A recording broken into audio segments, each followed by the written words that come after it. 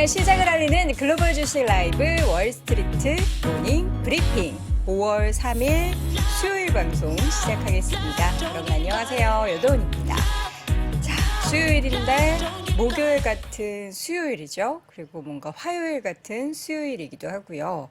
자, 어제 휴일을 끝내고 돌아왔는데 조금 있다가 다시 또 어린이날 연휴가 껴서 이번 주는 여러분과 화수목 3일밖에 만날 수가 없습니다.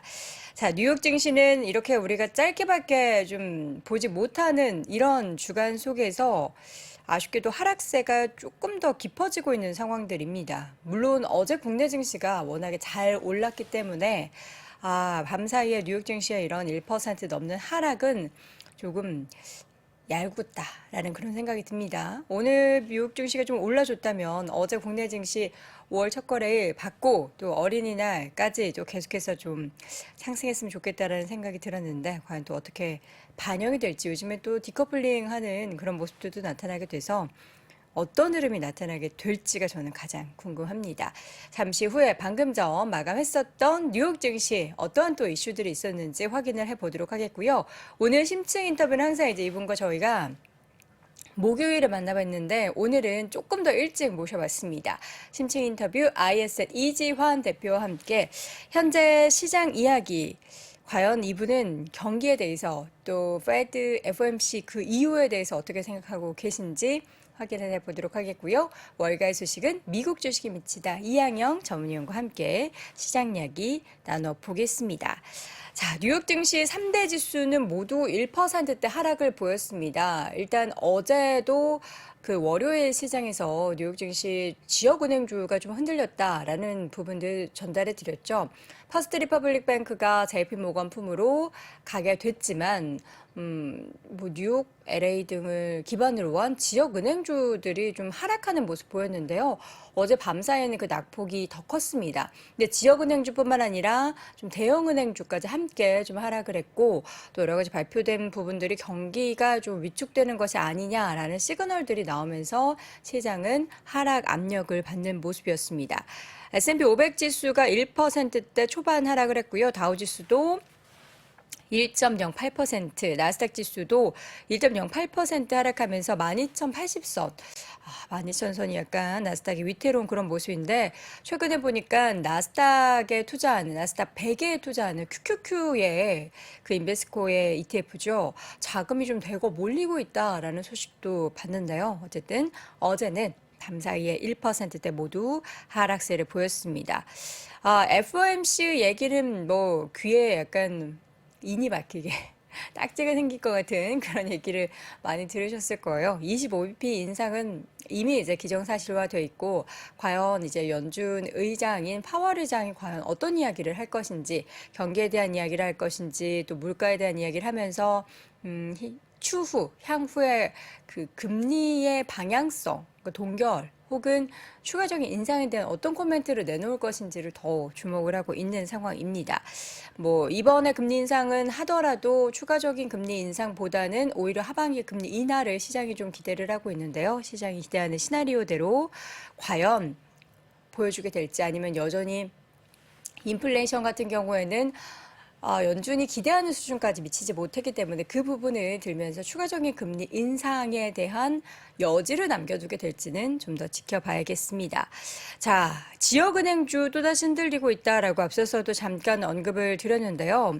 팩 웨스트뱅크의 주가가 장중에 20% 넘게 급락하면서 거래가 정지가 되기도 했습니다. LA에 소재한 팩 웨스트뱅크 그리고 미국 피닉스에 소재지가 있는 웨스턴 얼라이언스 그리고 뉴욕에 있는 메트로폴리탄 은행의 주가가 모두 두 자릿수 이상 거의 20% 가까이 하락을 하기도 했고요. 코메리카, 자이언스뱅크도 10% 이상 주가가 하락을 했습니다.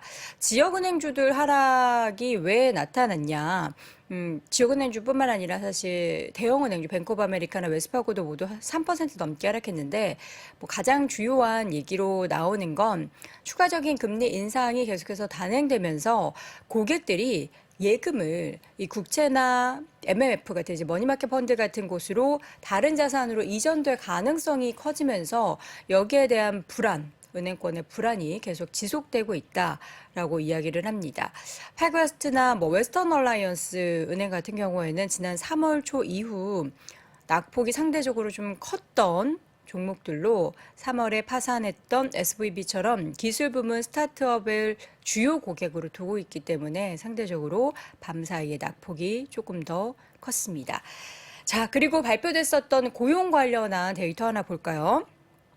졸트, 구인 이직 보고서가 발표가 됐는데 2021년 4월 이후에 최저 수준으로 떨어지면서 고용시장 역시나 이 냉각의 시그널들이 나오고 있다로 평가를 하는 분위기입니다. 3월 채용 공고가 우리 채용할게요 라고 공고를 내놓은 건수가 959만 건으로 전월 수정치보다 더 줄어들었습니다. 얼마나 줄어들었냐? 38만 4천 건 감소했는데 3월 채용 공고 기준으로 보면 지난해 12월보다도 160만 건이나 줄어들었고요.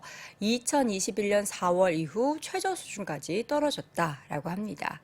자, 이건데 발표되는 기업 실적들 이런 내용들 발표되면서 주가가 이미 소비재 섹터 제외하고는 전반적으로 하락을 했는데요. 맵을 좀 보도록 하겠습니다. 에너지 섹터가 가장 많이 좀 하락을 했습니다. 어제 밤사이에 국제 유가, 금값 여러 가지 변동성이 좀 있었는데 금값이 또 2,000달러를 또 회복을 했죠. 지금 최근에 에너지주들의 움직임이 좋지 못합니다. 엑스모빌, 쉐보론 등의 종목들 모두 3에서 4%대 크게 하락하는 모습을 보였고요. 종목 가운데 일부 종목들, 그러니까 상대적으로 좀 하락했었던 종목의 반등이 보이긴 하지만 전체적으로 빨간불이 훨씬 더 많았습니다. 그러니까 이미소비재 외에는 11개 섹터 모두 하락하는 모습이었는데요. 아마존의 주가는 이 가운데 1.5% 반등에 나섰지만 마이크로소프트, 애플, 구글, 메타 등의 종목들은 모두 하락했고 어제 엔비디아도 그 전날 3% 넘게 4% 넘는 상승 보였지만 어제는 엔비디아 2% 넘게 하락했습니다. 오늘 장 마감 후로 AMD 실적 발표가 있었을 텐데 제가 내용 좀 확인을 해보도록 하겠고요. 장중에는 소폭 상승, 퀄컴도 소폭 상승을 하는 모습. 어제 이어서 오늘도 온세미컨덕터의 주가는 강세 흐름 이어갔지만 마이크론의 주가는 0.7% 하락을 했습니다. 자, 화이자의 주가가 좀 쉬어갔죠. 이 실적은 코로나19 이후에 매출이 크게 감소했지만 어쨌든 시장의 예상치를 웃도는 순이익과 매출이 발표가 됐는데요. 그럼에도 불구하고 주가는 좀 쉬어가는 모습 보였고요. 우버도 실적을 발표했습니다. 우버 주가가 11% 넘게 올랐는데요. 예상보다 손실이 적었고 매출도 예상치를 상회하는 부분과 함께 주가가 올랐습니다. 자, 그리고 또 다른 종목들 보면요. 오늘 은행주 전반적으로 안 좋았는데 어제에 이어서 오늘도 모건스탠리 주가는 하락세를 이어갔거든요. 어제도 전체적으로 이제 대형 은행주들은 조금 버텨주는 모습이었는데 모건스탠리는 좀 하락을 했습니다. 오늘도 하락을 했는데 그 배경을 좀 보면은 직원 3,000명을 추가 감원할 계획이다라는 소식이 전해졌습니다. 지난해 연말쯤이었을 걸로 제가 기억을 하는데 그때도 감원을 했다 하는 소식을 전해 들었는데 추가적인 감원 이게 전체적으로 이제 모건 스탠리도 전 세계에 지점을 두고 있는 만큼 허리띠를 좀 졸라매는 그런 상황들이 연출되고 있고요. 1% 이상 하락. 그리고 테슬라의 주가가 0.94% 하락 마감을 했는데요. 지난번에도 한번 이제 하이엔드급 차량에 대해서 가격 인상을 미국에서 단행한다는 소식이 4월 말에 전해졌죠. 근데 추가적으로 미국과 중국, 캐나다, 일본 등지에서도 일부 전기차 가격을 인상한다는 소식이 전해졌습니다. 그러나 주가는 여전히 하락세에서 벗어나지 못하고 아쉬운 약세권 마감이 됐습니다. 모건스탠리에서 투자 의견을 동일 비중에서 비중 확대로 상향 조정을 하면서 주가는 2% 이상 상승을 하는 모습이었고요. 그리고 온라인 교육업체 이 기업은 체그라는 기업이 하나 있는데 챗 GPT가 자사의 성장에 타격을 주고 있다. 그런 건가요? 모르는 게 있으면은 보통 이제 체그라는 이런 플랫폼에서 교육을 받고 물어보고 했는데 챗GPT한테 물어봐서 그런 걸까요? 어쨌든 주가가 이런 것을 왜 밝혔을까요? 48% 넘게 하락을 하는 모습이었습니다. 전체적인 시장 분위기가 이제 뭐 실적이 좋아도 이 부분을 쉽게 반영하지 못하는 그런 상황들, 투자 심리가 그렇게 좋지 못한 그런 여건이 마련되고 있는데 아무래도 이제 은행 쪽에서 안 좋은 잡음들이 다시금 좀 불거지고 있고 FOMC라는 빅 이벤트를 앞두고 있기 때문에 시장 심리는 그렇게 좋아 보이지는 않았습니다. 과연 그렇다면 이 좋지 못한 시장 속에서 우리는 두 눈 크게 뜨고 뭘 바라봐야 할까요? 잠시 후 심층 인터뷰 ISN 이지원 대표와 함께 자세한 이야기 나눠보겠습니다. 네, 월스트리트 모닝 브리핑 함께하고 있습니다. 새벽에 좀 어두운 환경에서 요거 듣고 계신 분들은 약간 무서울 수도 있을 것 같아요. 예, 개인적으로 저는 공포 영화 이런 걸 전혀 보지 않아서 만약에 뭔가 차에서 혹은 혼자 있는 공간 속에서 요거 들으시면은 약간 좀 등골이 오싹하지 않을까 싶습니다. 광고고요. 기업탐정 채슬리 영상 하단에 링크를 함께 참고해 보시기 바랍니다. 자, 심층 인터뷰 이어가도록 하죠. ISN 이지환 대표와 함께합니다. 대표님 어서 오세요. 안녕하세요. 네, 반갑습니다. 자, 이제 FOMC가 예정돼 있긴 한데 사실 시장에서는 뭐 이미 예정되는 25bp 인상이고 추가적으로 파월도 뭐 이렇게 엄청 센 멘트를 하겠느냐. 인데 어쨌든 좀 투자 심리가 그렇게 미국 시장은 좋아 보이지 않는 것 같습니다. 오늘은 뭐 어떤 이야기를 주로 나눠볼까요? 이제 금리 인상이 이번 이제 마지막이냐 아니냐 논쟁은 있지만 어쨌든 점점 이제 스탑 앤 홀드 시기로 접어드는 거고 여기서 이제 우리가 그 한번 그 시장의 사이클이 일단되고 이제 새로 시작될 수 있다는 부분은 지난주에 말씀드렸는데 그렇다면 이제 2000년대 이후에 우리가 이런 경기 침체를 겪었던 그 과거의 사례와 그때 금리 인하 과정 그리고 연준의 대응책 그리고 우리가 이제 여기서 조금 최근에 경기 침체 어제도 이제 미국 증시가 좀 하락폭이 좀 있었는데 경기 침체에 대한 우려감을 봤을 때 과연 지금 시점에서 우리가 어느 정도 예측해 볼 수 있나 지표를 가지고 한번 과거의 사례와 비교를 해보면서 한번 짚어보려고 합니다. 네. 아마 이제 그 제가 볼 때는 뭐 연준에서 뭐 공식적으로 금리 인상 중단다 이런 멘트는 과거에도 별로 한 적이 없고 앞으로도 아마 안 할 겁니다. 다만 이제 우리가 어떤 그 멘트 속에서 어떤 그 포인트를 집어내는 건데 지금 경기 침체에 대한 우려감이 계속해서 시장을 압박하는 모습을 보여주면서 전반적으로 경기 침체에 대한 우려감이 증시에 많이 이제 침투가 되어 있습니다. 다만 이제 우리가 이런 부분이 증시에 미치는 그 사이클상의 괴리감을 좀 가지고 접근을 해야 된다는 부분을 계속 말씀드렸는데 이 부분을 2000년대 이후에 우리가 실제로 금리 인하를 3번을 했고 그 말은 경기 침체를 3번 겪었다는 말인데 2000년대 이후에 경기 침체를 겪으면서 나왔던 지표와 지금을 좀 비교를 한번 해보면 상당히 과거와는 좀 다른 패턴을 좀 찾아볼 수 있습니다. 네. 먼저 2000년대 이후에 그 3번의 금리 인하를 겪었던 과정을 좀 살펴보면 2001년 1월과 2003년 6월 사이에 이때는 이제 닷컴 버블이 왔을 때 경기 침체인데 그때에 우리가 금리 인하가 6.5%에서 1%까지 550bp 정도 인하가 좀 됐었고요. 두 번째는 우리가 잘 알고 있는 금융위기 때 2007년 9월부터 2008년 12월까지 이때도 500bp 정도가 인하를 했습니다. 그리고 최근에는 이제 알고 계신 것처럼 팬데믹 왔던 그 직전에 2019년 5월 이때는 이제 우리가 흔히 말하는 미들 조정이 이루어지고 있는 가운데 팬데믹까지 와서 추가로 금리 인하가 단행되면서 225bp가 인하가 되었습니다. 총 이렇게 2000년대 이후만 놓고 보면 3번의 이제 금리 인하가 있었는데, 최근에 이제 이 경기 침체에 대한 우려감이 커질 때 우리가 이제 지표를 좀 봐야 되는데, 사실 팬데믹 이후에 지표가 상당히 변동성이 좀 커져 있습니다.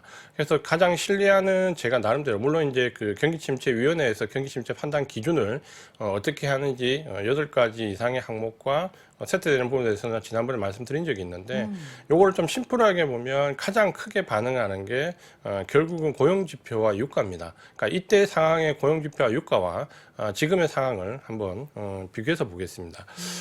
요 자료는 그 최근에 이제 이베트 증권에서 정리가 상당히 잘 돼 있어서 그 부분을 좀 인용해서 말씀드리겠습니다. 네. 유가가 보통 이제 어느 정도 수준까지 떨어지면 경기 침체로 들어가나라는 부분을 봤을 때 2001년도에 우리가 유가 상황을 좀 살펴보면 이때 유가가 40불, 50불, 60불, 70불 이렇게 올라가다가 30불을 하향하는 순간부터 실제로 이제 경기 침체에 들어갔던 시기가 되고 20불 근처까지 이제 떨어지면 거의 이제 절정기까지 떨어지는, 그러니까 20불 이하로 떨어지면 경기 침체가 완연하게 진입되어 있는 절정기로 들어가는 모습을 좀 보여줄 수 있고요.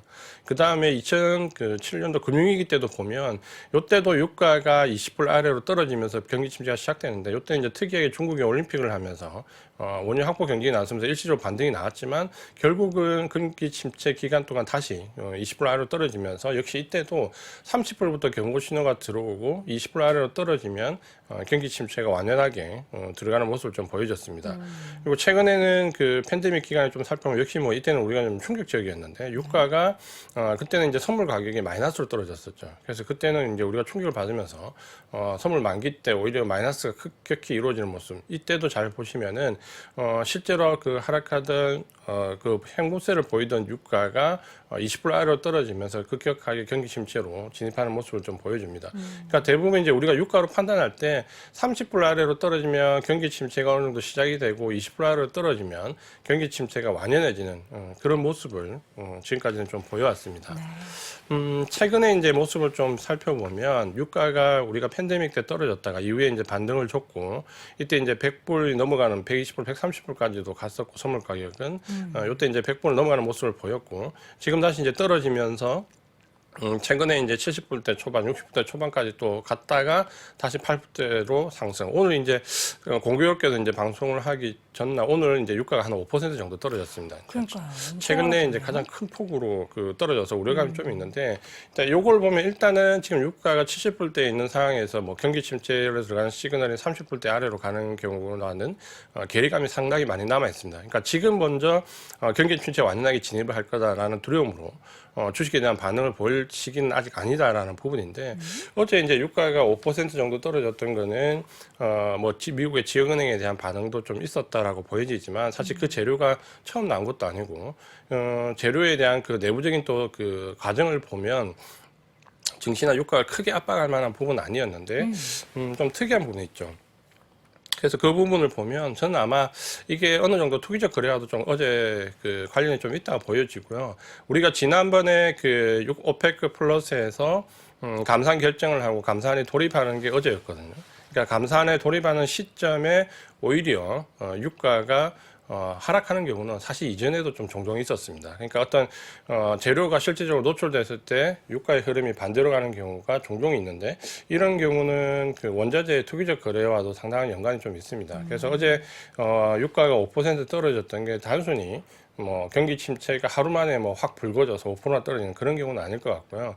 그래서 이런 부분은 유가 떨어졌던 배경은 우리가 최소한 며칠 정도는 더 추이를 살펴볼 필요가 있을 것 같습니다. 네. 그래서 이런 부분을 본다면 유가와 경기 침체 그 상관관계 2000년대 이후를 본다면 아직까지는 그렇게 우리가 뭐 심각하게 지금 오늘 내 주식을 팔아야 돼, 어제 미국 증시가 조정을 받았다고 해서 그런 상황까지는 아니다라는 부분으로 유추를 좀 해볼 수 있고요. 또 한 가지는 그 고용 지표입니다. 특히 이제 우리가 실업수당 청구 건수가 그 매주 발표되기 때문에 어떤 면에서는 신뢰성이 크지 않아 보이지만, 우리가 중장기적인 판단을 했을 때 이 경기 침체와 실업수당 청구 건수도 상당한 그 밀접한 관계가 좀 있습니다. 그러니까 이 부분을 또 한번 살펴보면 닷컴버블 직후에 2001년도 경기 침체에 들어가는 그 시점에서의 실업수당 청구 건수를 보면 이때 35만 건 내외가 넘어가면서부터 경기 침체로 급격히 진입하게 되고, 이때부터 실업수당 청구 건수가 급격히 올라갑니다. 그러니까 본격적으로 경기 침체에 들어가는 시점에서의 실업수당 청구 건수가 35만 건 상회하는 순간부터 경기 침체에 대한 가능성 리스크가 상당히 이제 노출되는 시기에 들어갑니다. 요게 닷컴버블 직후에 모습이었고요. 이후에 우리가 금융위기 때도 살펴보면 실업수당 청구 건수가 박스권 형태를 보이다가 경기 침체에 들어가는 직후에 역시 마찬가지인데요. 35만 건 전후로 해서 이 35만 건 박스권을 돌파하는 순간부터 경기 침체의 리스크가 확연히 불거지는 모습을 좀 보여줍니다. 네. 그러면 우리가 이제 전통적으로 경기 침체에 들어갔을 때 실업수당 청구 건수는 한 35만 건 내외, 여기를 상향 돌파하게 되면은 경기 침체가 좀 본격적으로 불거지는 모습을 볼 수 있는데, 한 가지 이제 특이한 거는 우리가 이제 금융위기, 팬데믹 때는 상당히 이제 이전과 다른 모습을 보였죠. 왜냐하면 이때는 모든 부분이 중단되면서 셧다운이라고 부르면서 100만 건이 그냥 그대로 넘어가 버렸고, 그쵸. 이후에 아주 가파르게 상승을 해버렸기 수준이었기 때문에 이전에 뭐 우리가 기준점을 35만 건 내외로 잡았던 거에 비하면은 상당히 큰 폭의 실업당 청구 건수가 들어왔었죠. 그러니까 우리가 이 역사적으로 보지 못한 이런 실업당 청구 건수를 보내고 지금 현재 리오프닝 기간에 들어와 있기 때문에 고용 지표가 사실 왜곡되어 보이거나 혹은 지금 탄탄하다라고 느껴지는 것은 어떻게 보면 사실은 이제 당연하다고 볼 수 있습니다. 그러니까 이 정도 실업상 청구 건수가 발생된 이후에 고용 관계이기 때문에 과거의 사례와는 상당히 다른 모습으로 날 수밖에 없다라는 부분을 좀 인지하는 게 중요할 것 같고요. 그래서 지금 현재 실업수당 청구 건수를 그렇다면 보면 뭐 알고 계신 것처럼 20만 건 초반대에서 왔다 갔다 하고 있습니다. 그러니까 지금 현재 상황을 본다면은 이 실업수당 청구 건수가 우상향하면서 35만 건을 돌파하면서 경기 침체에 본격적으로 진입하는 거기와는 아직까지는 상당한 거리감이 있죠. 그러니까 우리가 경기 침체에 대한 우려감을 느낄 필요는 있지만 이게 지금 당장 주식시장 증시를 압박할 만큼 목준에 들어와서 당장 주식을 팔아야 될 만한 그런 상황이냐라고 본다면 2000년대 이후에 우리가 경기 침체 사례를 본다면 여전히 지금은 유가당 고용지표를 봤을 때 아직까지 그런 부분과는 괴리감이 있고 이 부분이 지난번에 보여드렸던 실제로 이번에 금리 인상 이후에 중단이 된다 하더라도 경기 침체까지 짧으면 몇 개월에서 길면 한 1년 정도까지 통상적으로 주식이 상승했던 기간까지는 여전히 기간이 좀 남아있다는 쪽으로 인식을 하는 게 지표는 맞다 이렇게 좀 말씀드리겠습니다. 네, 유가와 또 고용 관련한 상황 속에서 경기 침체에 관련한 시그널들이 좀 나타나고 있는지 여부를 확인해 봤습니다. 이제 이게 가장 중요한 거라고는 모르겠는데 시장에서는 가장 이제 기대하고 기다리고 있는 게 금리에 대한 인상 중단 얘기잖아요. 근데 지금 관련한 시그널도 열심히 찾고 있는 것 같아요. 이런 얘기 했으니까 연준이 중단할 수밖에 없을 거야. 라고 가장 좀 무게가 실려서 얘기가 되는 게 뭘까요? 그 부분은 이제 그 연준이 이제 과거의 금리 인상 중단 시점을 보면 지금 현재 이제 증시가 그 추가로 여기서 상승 랠리를 보려면 확연하게 이제 스탑 앤 홀드에 대한 기대감이 그 증시에 이제 기대감이 아니라 현실로 반영이 되어야 되거든요. 그러니까 금리 인상 중단에 대한 기대감이 현실에 반영되면서 이게 이제 안도 랠리로 들어오면서 상승이 나오는 랠리가 사실 금리 인상 중단 이후에 나왔던 마지막 랠리입니다. 근데 이게 생각보다는 상당히 좀 강하게 들어왔고 기간도 짧게는 뭐 한 3, 4개월에서 길면 1년까지도 짧지 않은 기간 동안 그 랠리가 나왔었습니다. 그러니까 지금 현재 그 우리가 어제 미국 증시가 좀 조정을 받았지만 좀 생각을 해보면 미국 증시가 최근에 불거졌던 수많은 악재에도 불구하고 지금 미국 증시의 위치를 보면 여전히 그 견고한 직전 고점 라인 근처에서 등락을 좀 보이고 있거든요. 그러니까 무너질 때 하면서 무너지지 않는다라는 부분이고 다만 이제 어제 그 은행 리스크가 재차 불거지면서 증시가 좀 조정을 받았던 부분은 아마 조금 다르게 생각할 부분이 있을 것 같습니다. 그러니까 지방은행들의 주가 폭락이 과거의 사례처럼 은행 리스크 혹은 금융 위기냐라는 부분을 본다면 분명히 금융 위기는 맞지만 우리가 그 내용을 살펴보면 예전에 금융 위기가 부실 자산에서 특히 파생 상품에서 비롯됐던 부실 자산에서 비롯해서 이걸 감당하지 못하는 유동성 문제, 요게 불거지면서 리스크가 왔다라면 사실 지금 현재 미국 지방은행들의 리스크를 본다면 사실 이런 상황과는 좀 괴리감이 있거든요. 대부분 지금 현재 위험하다 그 유동성 리스크를 일으킨 상품들이 뭐 국채나 MBS이기 때문에 사실 부실 자산이라고는 볼 수 없는 상품들입니다. 다만 이제 단기 유동성 문제 때문에 불거졌던 부분인데 잠깐 이제 은행 리스크에서 먼저 언급을 좀 드리면 이 문제를 우리가 그 지방은행들의 주가 폭락 사태를 금융위기에 너무 몰입돼서 해석을 해서는 좀 안 될 것 같다는 생각을 가지고 있습니다. 가장 큰 이유는 지금 현재 그 금융위기 이후에 미국의 정책이 어떻게 바뀌었냐면 우리가 잘 알고 있는 코코본드처럼 금융위기가 오고 은행의 리스크가 불거졌을 때 대부분 과거의 사례는 혈세를 투입해서 이거를 커버하는 정책으로 갔다면 금융위기 때 우리가 큰 교훈 이후에 이런 리스크가 불거지면 결국은 주주나 채권자가 책임지라는 부분이 상당히 이제 강해졌습니다. 그러니까 그게 이제 어떻게 보면 금융위기 이번에 그런 케이스로 적용이 됐고, JP모간에서 그 포스트 리퍼블릭 은행을 인수하는 그 과정을 좀 보면, 대부분의 이제 자산을 인수를 하지만 뭐 우선주라든지 혹은 회사채 일부에 대해서 분명하게 인수를 하지 않는다라고 공고를 했습니다. 그러니까 그거는 일부 주주나 채권자가 이 리스크를 떠안아야 된다는 부분인데 앞으로 해결 방안은 그런 방향으로 많이 갈 거기 때문에 실제로 그 지방은행들의 주가 폭락이 부실을 우려한 부분보다는 결국은 주주가치 훼손에 따라서 그걸 이제 미연에 빠져나오는 그 주식 매도가 상당히 많습니다. 그러니까 그런 부분을 본다면 이런 주주가치 훼손과 리스크에 대한 그 부분은 조금 차별화를 둘 필요가 있다는 부분을 먼저 말씀을 드리고요. 네. 그래서 이 부분이 제가 봤을 때 연준의 어떤 새로운 그 태도 변화에는 크게 영향을 줄 것 같지는 않습니다. 만약에 부실 자산에 의해서 지금 유동성이 결국은 국내 혈세에 투입되는 순간에 연준의 태도가 바뀔 수 있겠지만 지금은 사실 뭐 이런 정도에서의 그 자산의 손으로 대형은행들한테는 오히려 호재가 되기 때문에 오히려 지금 연준의 태도는 바뀌지 않을 거라고 보고 그러면 지금 현재 그 이번 주에 있는 그 FOMC에서는 아마도 연준의 이제 25bp 인상을 거의 기정사실화할 것이고 저는 이제 개인적으로 여기서 명확하게 금리 인상 중단을 얘기하진 않겠지만 스탑 앤 홀드로는 들어갈 가능성이 있다라고 봅니다. 그러니까 일단은 뭐 여기서 금리 인상 중단하겠어. 뭐 과거에 2018년도에도 이런 얘기는 한 적이 없거든요. 그러니까 결국은 어떤 표현을 하냐면 대부분 좀 지켜보겠다라는 표현을 많이 합니다. 그쵸. 그래서 지금 정도에서 경기와 금융 상태가 어떻게 이루어지는지 보고 이게 차후의 경기에 대한 전망에 영향을 주는지 평가를 한번 해보겠다라는 문구가 대부분은 과거에 금리 인상 중단했을 때 발언입니다. 그래서 이번에도 이런 표현이 나온지 여부를 좀 보면 될 것 같은데 그걸 뭐 will continue to monitor 이렇게 이제 표현을 많이 하거든요.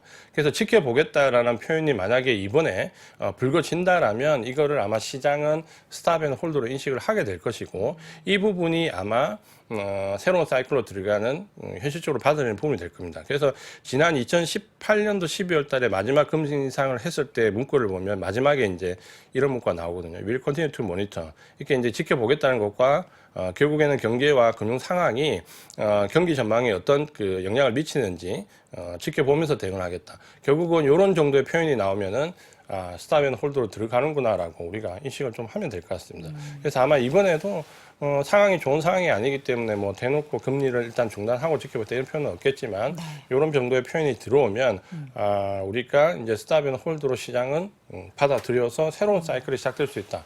이렇게 평가를 좀 하면 될 것 같습니다. 스탑 앤 홀드 그 이후에 그리고 인하에 대한 시점은 어떻게 좀 가늠해 볼 수 있는 거죠? 그래서 이제 지난번에 이제 금리 인하에 관련되는 몇 가지 그 부분을 말씀 좀 드렸는데 오늘은 그 실업률과 관련된 부분에서의 자료를 한번 보면 보통 이제 우리가 금리 인하 시점은 언제로 많이 잡느냐를 실업률 자체로 고용 지표로 보면 보통 이제 실업률이 자연 실업률을 넘어서는 순간 그러니까 요 실업률이 자연 실업률을 넘어서는 순간 대부분 경기 침체가 절정으로 향하게 되고 그때부터 이제 금리 인하가 시작되는 모습을 좀 보여주고 있습니다. 그래서 요거 제품은 실업률에서 자연 실업률을 뺀 건데 보시면은 실업률 자체가 자연 실업률을 뺀 상태에서 여기 플러스로 전환되는 시점 그러니까 실업률이 더 높아지는 시점에서 보면 금리 인하가 공격적으로 진행이 좀 되는 경향이 있고요.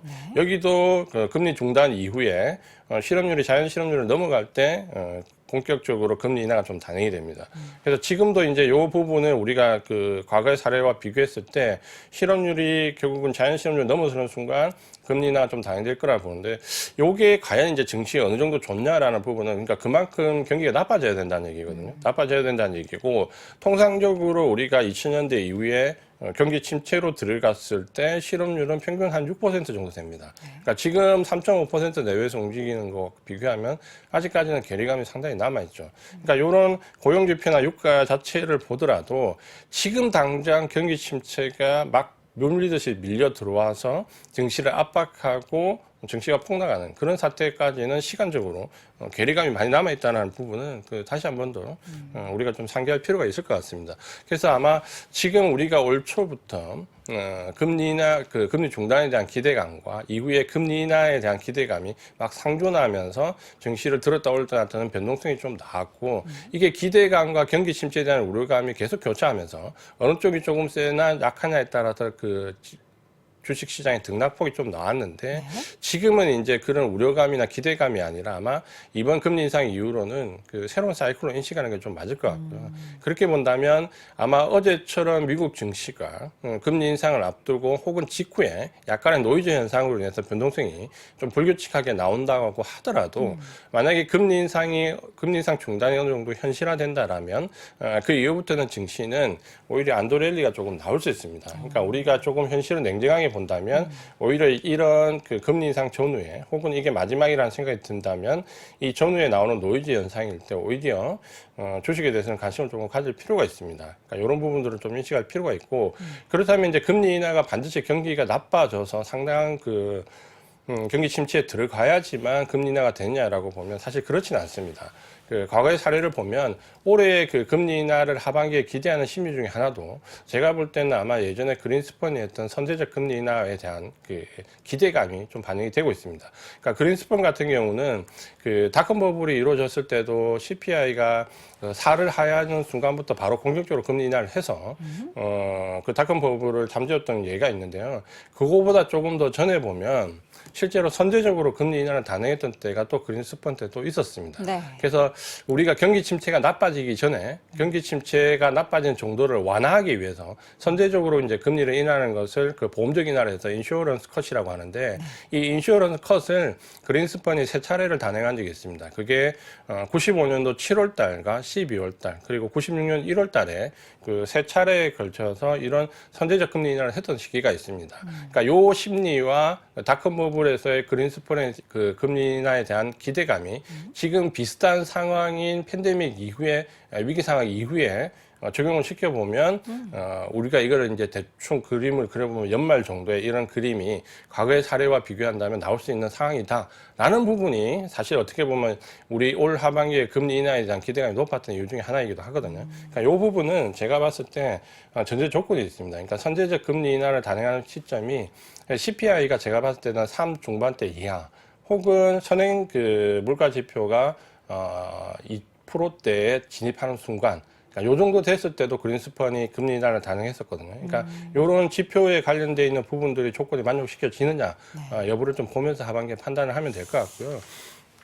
제가 이제 몇 차례에 걸쳐서 지난주부터 이런 그 사이클에 대해서 말씀을 드린 이유는 대부분 이제 우리가 그 주식을 하시는 분들이 실제 체감하는 부분과 이 사이클에서의 괴리감을 좀 찾기가 좀 힘듭니다. 그러니까 최근에 그 예를 든다면 반도체에서 보시면은 실물 경기가 차고로 가는데 반도체 사이클에서 저점을 그 찍었던 경우는 결국은 지나고 보면 이 반도체 관련되어 있는 종목들이 1월이나 작년 12월 달에 저점을 형성했던 부분이 오히려 이제 괴리감이 있는데 이 부분이 사실 새로운 게 아니라 2019년도, 18년도 하반기에 그 반도체 사이클에서도 역시 마찬가지였거든요. 그러니까 결국에는 이제 이런 부분을 본다면 우리가 실제 체감하는 부분과 이 사이클상의 괴리감은 분명히 인지를 할 필요가 있고 그렇게 본다면 마지막 금리 인상이 중단됐던 이후에 주가가 내린 경우가 2000년대 이후에 사실 없습니다. 그러니까 대부분은 금리 인상 중단 이후에 안드로랠리가 나왔고 이게 짧게는 뭐 3, 4개월 길게는 1년 가까이 나왔기 때문에 그러니까 요 기간에 대한 부분을 고려를 해서 전반적으로 경기 침체되는 부분까지 짜서 전략적으로 주식 투자 시장에 접근하는 방법이 좋겠다. 이렇게 말씀을 드리겠습니다. 네, 알겠습니다. 제가 말수가 적어지죠. 우리 이지한 대표님의 시간을 뺏고 싶지 않아서 굉장히 조용히 있었는데 조는 줄 아시는 분들이 계시더라고요. 예, 이지한 대표님이 하루 더 빨리 나오셨는데 다음 주에도 또 FOMC 이후로 여러 가지 말들이 나올 거고 거기에 대한 또 냉정한 또 냉철한 분석 가지고 오실 겁니다. 다음 주도 기대해 주시길 바랍니다. ISL 이지한 대표 함께했습니다. 고맙습니다. 고맙습니다.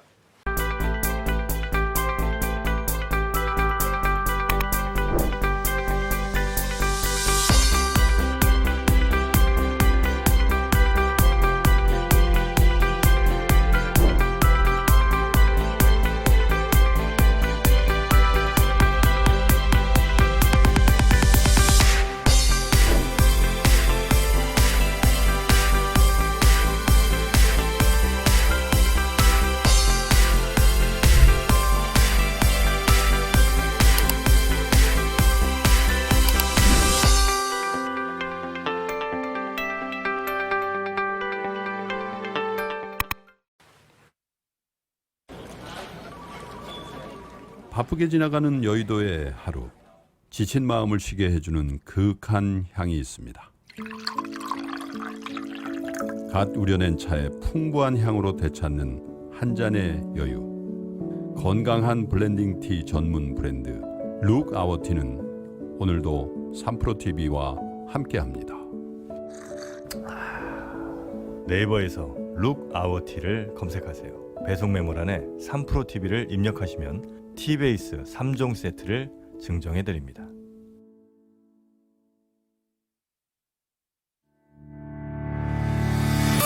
당신의 미국 투자 누구와 함께하고 있습니까?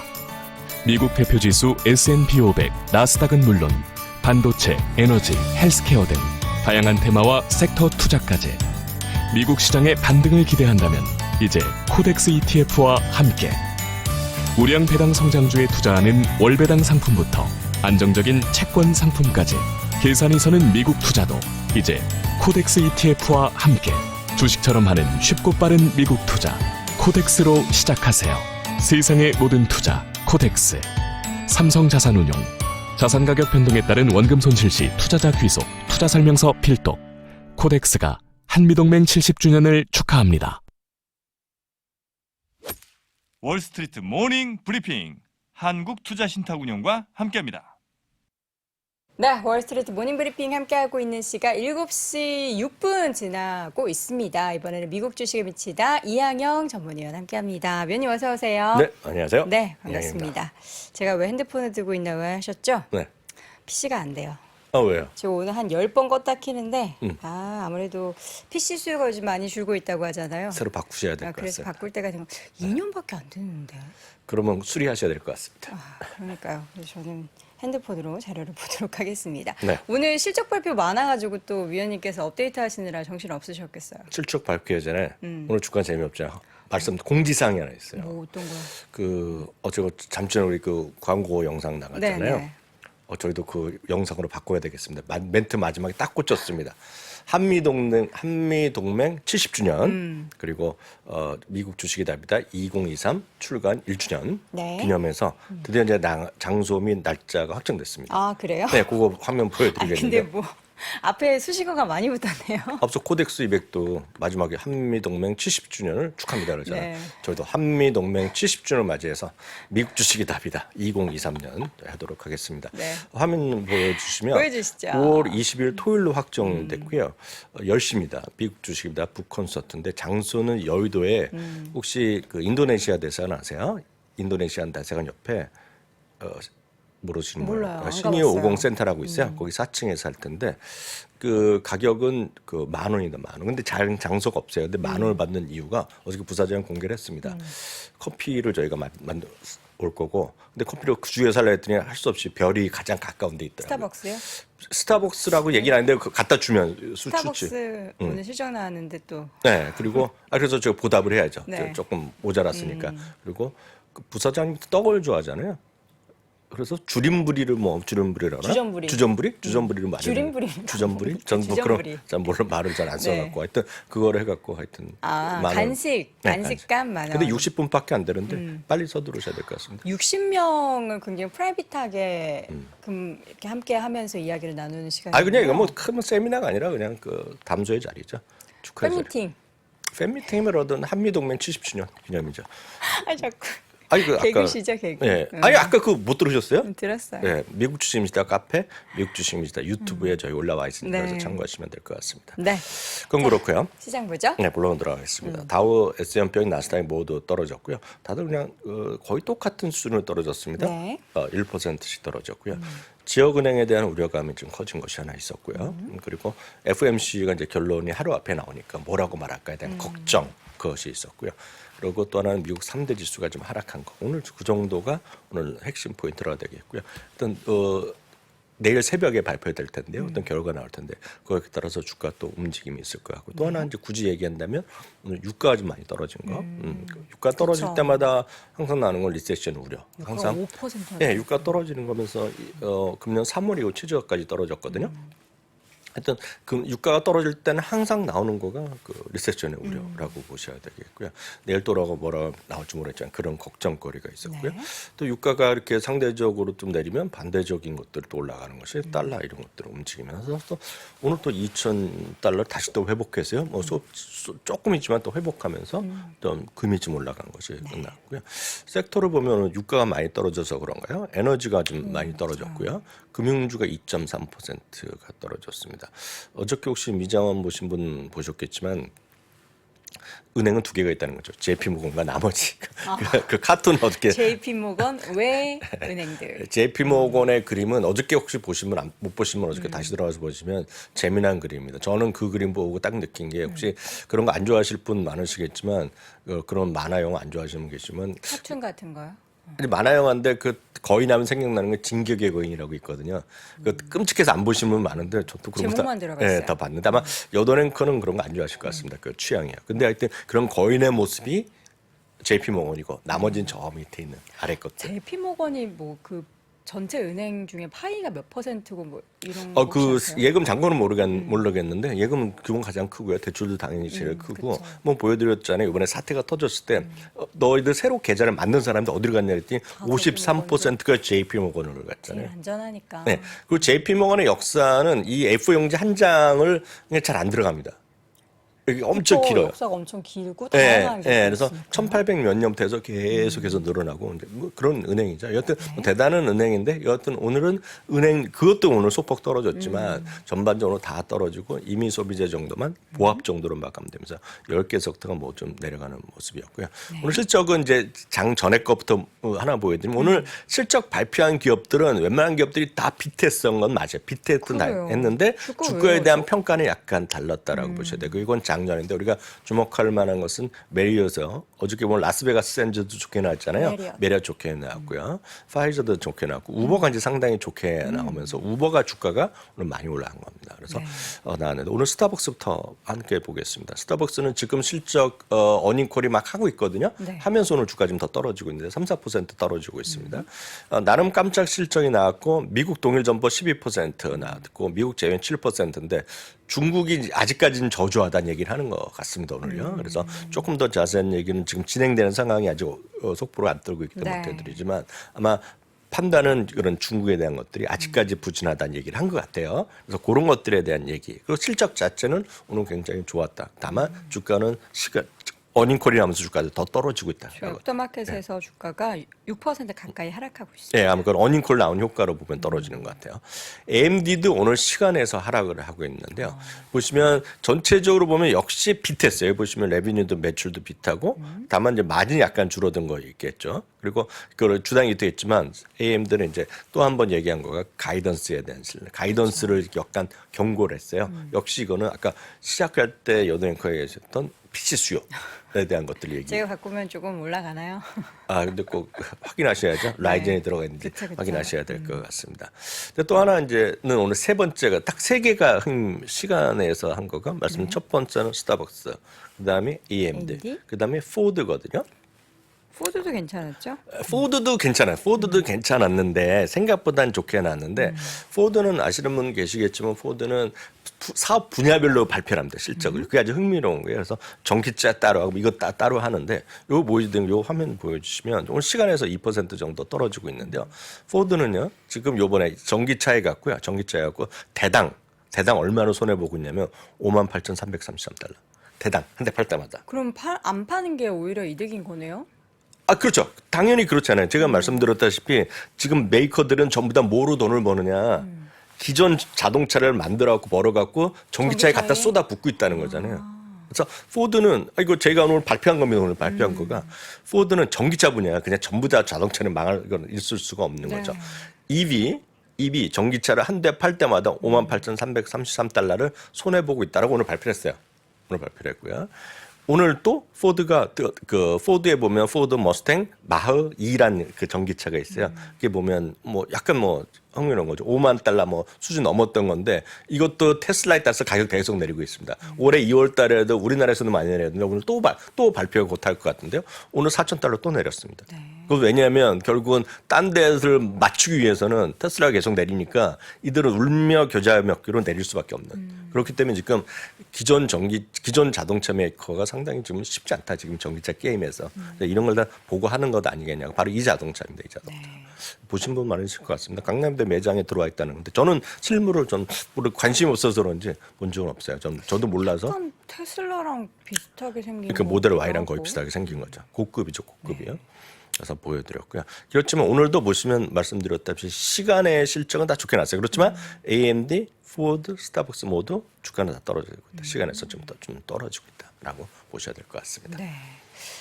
실적 발표가 계속해서 진행되고 있는 상황 속에서 이게 실적 발표하고 나서 주가가 네네. 보통 비트하면은 오른다라고 하는데 그 가이던스 내용이나 뭐 좀 안 좋은 상황들이 있으면은 비트 하건 말건 주가가 좀 크게 하락하는 것 같아요. 맞아요. 오늘 좀 아쉬운 모습이 나오고 있고 특히 이제 그런 것도 있겠지만 바로 시작할 때 말씀드렸다시피 내일의 이벤트 그리고 이제 그 같이 나오는 목요일날 끝나고 나오는 목요일날 장막 목요일이죠. 목요일이고 우리 금요일날 노는 날 어떤 애플 그런 것에 대한 약간 우려감이 분명 있다라고 보셔야 되겠고요. 지금까지 나온 실적만 보면 그러니까 어제 것까지 보면은요 지금 나름은 선방을 하고 있는 건 사실인 것 그렇죠. 같습니다. 예상치 예, 대비 예상치 대비요. 예상치 대비 6.8% 정확하게 6.8%의 지금 비타는율을 보여주고 있는데요. 이거는 지난 4분기에는 0.6% 마이너스였단 말이죠. 결론적으로 보면. 그럴 때 상당히 선방하고 있고 코비드 직전에 보면 플러스 3.7이기 때문에 선방하고 있으나 말씀드렸다시피 전체적인 연준의 시각 이런 것들이랑 걱정거리가 있는 거죠. 우리 지금 연준은 지난번까지는 기대해서도 안 된다고 얘기했잖아요. 금리 인하를 기대하면 안 되겠지만 페드 워치의 툴에 여러분들 하나하나 매일 따져보시면 지금 3번 내지 4번의 금리 인하를 기대하고 있어요. 지금 9월부터 금리 인하를 예측하고 있고 일부는 7월 얘기하는 사람도 있지만 좀 섣부른 것 같고 9월부터 3번, 4번은 스트레이트로 금리를 내린다고 기대하는 사람이 있는데 내일의 멘트가 어떻게 나올지 모르죠. 내일 금리의 어떤 상승 끝나고 뭐 인하도 가능성이 있다. 그런 말만 하면 이걸 맞추지만 그렇지만 않고 내일도 금리 인상 가능성은 없다. 금리 인하 가능성 없다라고 얘기한다 그러면 또 크게 출렁거릴 수가 있죠. 그래서 많은 사람 대부분의 투자자들은 주가가 이번에 S&P 500 4,200의 고비를 넘어서 불마켓으로 진입하고 지금 나스닥 같은 경우 불마켓 아주 초근접해 있는데 지금 이틀 떨어지는 거거든요. 그런 것을 불마켓을 회복을 점치고 있으나 또 상당수의 미국의 펀더멘탈을 중시하는 스트레티스트들의 다수는 물론 긍정을 본 사람 있지만 4,200이 넘을 수 없다. 넘을 수 없을 것이라는 주장도 꽤 많고 그게 일정 수는 다수다라고 보셔야 되겠습니다. 그래서 이 시장과 관련해서는 물론 여러분들 갖고 계신 주식 중에 올라가는 것도 있고 떨어지는 거 있고 꿈과 희망이 넘쳐나는 것도 있으나 시장은 지금 나름은 조금 한 발짝 물러서서 계속 봐야 된다는 시각을 전 여전히 갖고 있다. 이렇게 말씀해 주셨습니다. 자, 이 밖에도 특징적인 기업들이 많았습니다. 앞서서 잠깐 언급해 주셨죠. 우버의 주가가 네네. 많이 올랐는데 실적이 굉장히 많이 나아지고 있는 것 같아요. 네, 뭐 적자는 적자죠. 네네. 적자는 적자지만 예상보다 조금 줄어드는 게 적자가 되겠고요. 실제로 보면 요 그림 보면 조금 더 이해를 잘하실 것 같은데 여기 그림 보시면은요, 이게 딱 3개월 전에 여기 갭 상승하면서 쭉 올라갔고 물론 그 다음에 다시 떨어졌지만요. 이게 오늘 다시 갭 상승이 나온 겁니다. 지금은 실적 발표하고 갭 상승이 나온 거. 최근에 로켓 발사했네요. 근데 요거가 없다고 생각하시면 요 그림이 없다고 생각하시면 딱 요 시점인데 요 시점. 그러네요. 요 시점이랑 똑같은 흐름이 나오고 있고요. 주의하실 것이 물론 리프트가 어떻게 나올지 모르겠지만 리프트는 이렇게 못 갔어요.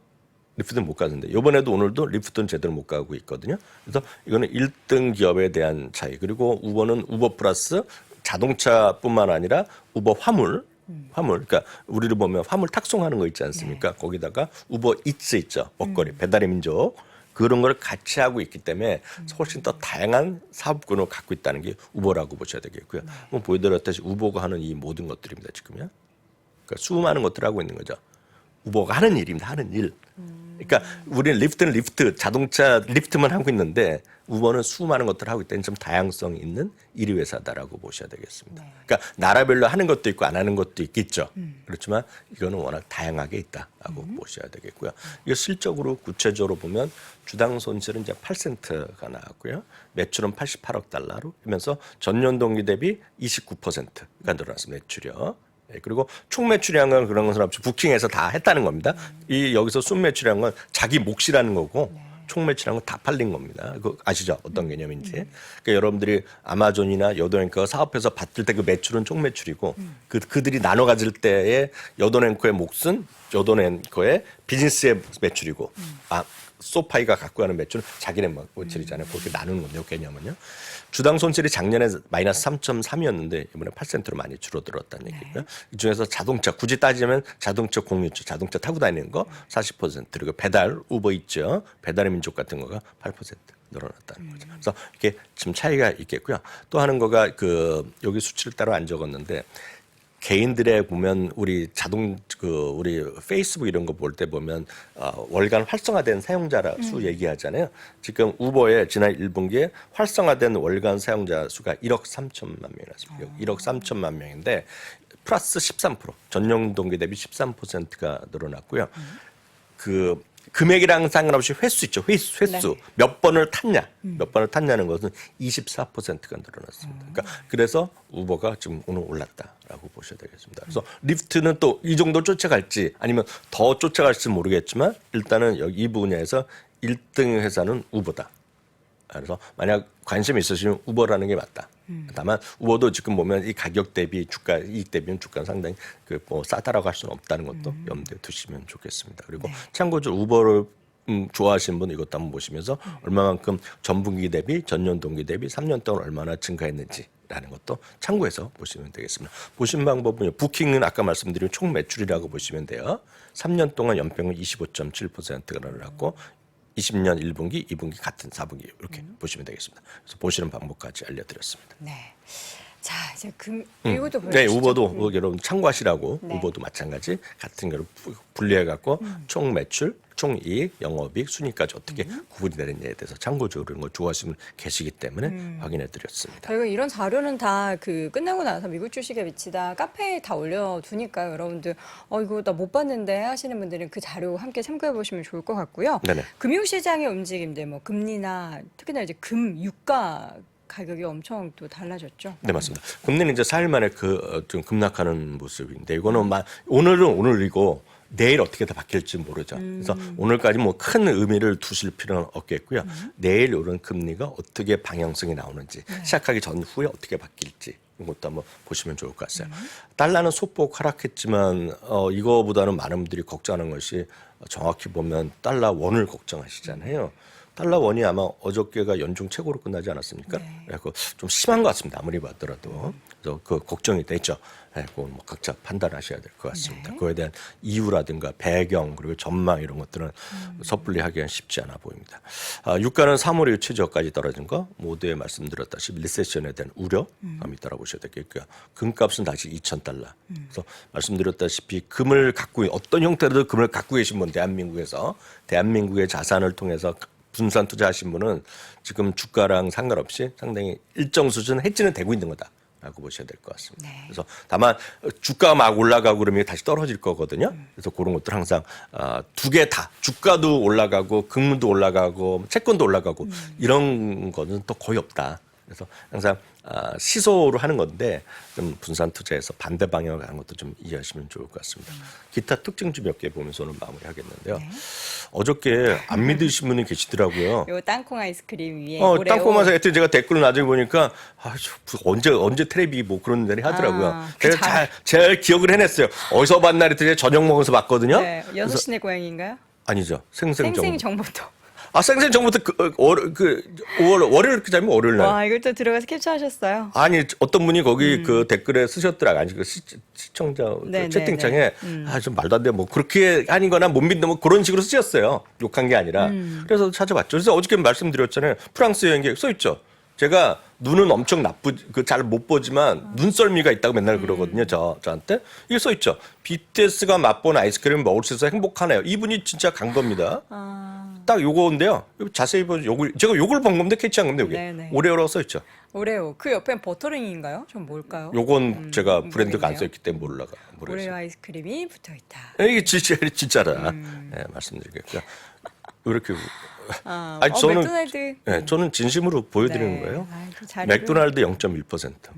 맥도날드는 오늘 또 최고가를 또 갔고요.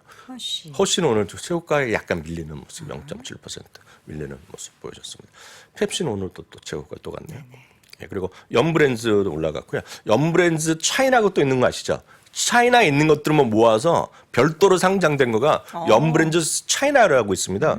그건 오늘 실적 발표는 또 실적 좋게 발표하면서 네. 오늘 주가가 또 급등했습니다. 그냥 연브랜드 차이나라고 있습니다. 그래서 뭐 다루진 않는데. 그래서 어저께 말씀드렸던 ETF 요 잠깐 말씀드리면 어저께 여기까지만 보여드렸는데요. 따분한 주식 ETF라고 말씀드렸는데 여기에 속해 있는 것이 이런 것들이다. 그래서 그 밸류도 좋고 다 좋고 다른데 하여튼 여러분들 좀 이런 거 너무 성장주만 하신 분들은 성장도 가미된 거거든요, 이게요. 마이크로소프트도 있고 애플도 있고 뭐 제약주도 있고 다른 것도 많이 있으니까 이거 한번 보시면 좋을 것 같고요. 난 이것도 싫다 저것도 싫다 하신 분들은 세상에서 가장 따분한 주식 하나 알려 보여드리겠습니다. 이거는 제가 찾은 게 아니라 이것도 VIG 하면서 챗GPT한테 물어보는 겁니다. 아, 진짜 챗GPT한테 물어보셨어요? 저는 제가 말하는 걸 진짜 대부분이 보고 찾아온 겁니다.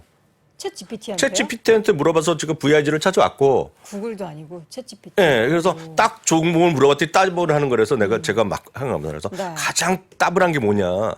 그래서 찾아봤더니 진짜 찾아준 게 뭔지 아시겠어요? 뭐예요? 여든 앵커가 좋아하시는 거죠. 버크셔 서웨이? 예, 딱 이거. 오. 이게 저희 2017년에 갔거든요. 아, 이게 벌써 젊으시네요. 7년입니다. 7년.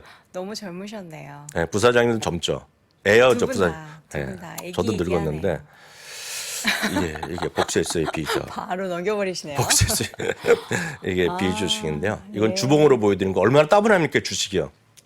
저는 52주 따분한 수익을 내고 네, 있습니다. 52주 최고가인데요. 280달러 언저리 사셨다면서요. 맞아요. 280달러 후반대에서 우리 또 이항현 위원님께서 A주를 이제 곧 사줄 테니 B주 일단 갖고 있어라. 곱하기 1,500 하면 됩니다. 3,325달러니까 꽤 30% 이상 수익이 나신 거. 15% 수익이 나신 것 같은데요. 네. 이게 좀 월봉으로 보면 진짜 따분하죠.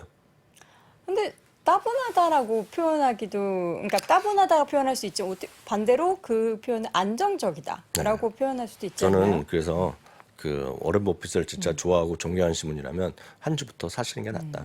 그건 또 다시 한번 말씀드리고 알겠습니다. 오늘 마감하도록 하겠습니다. 세상에서 가장 따분한 주식, 그러나 가장 안정적으로 수익을 내고 있는 버크셔에서의 이야기까지 나눠봤고요. 오늘 월가의 소식은 미국 주식에 미치다 이항영 전문위원 함께했습니다. 위원님 고맙습니다. 네, 감사합니다.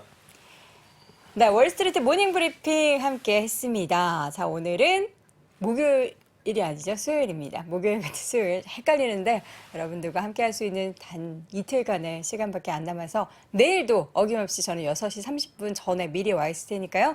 여러분은 6시 반 땡 하면 함께 해주시기 바랍니다. 여러분 고맙습니다.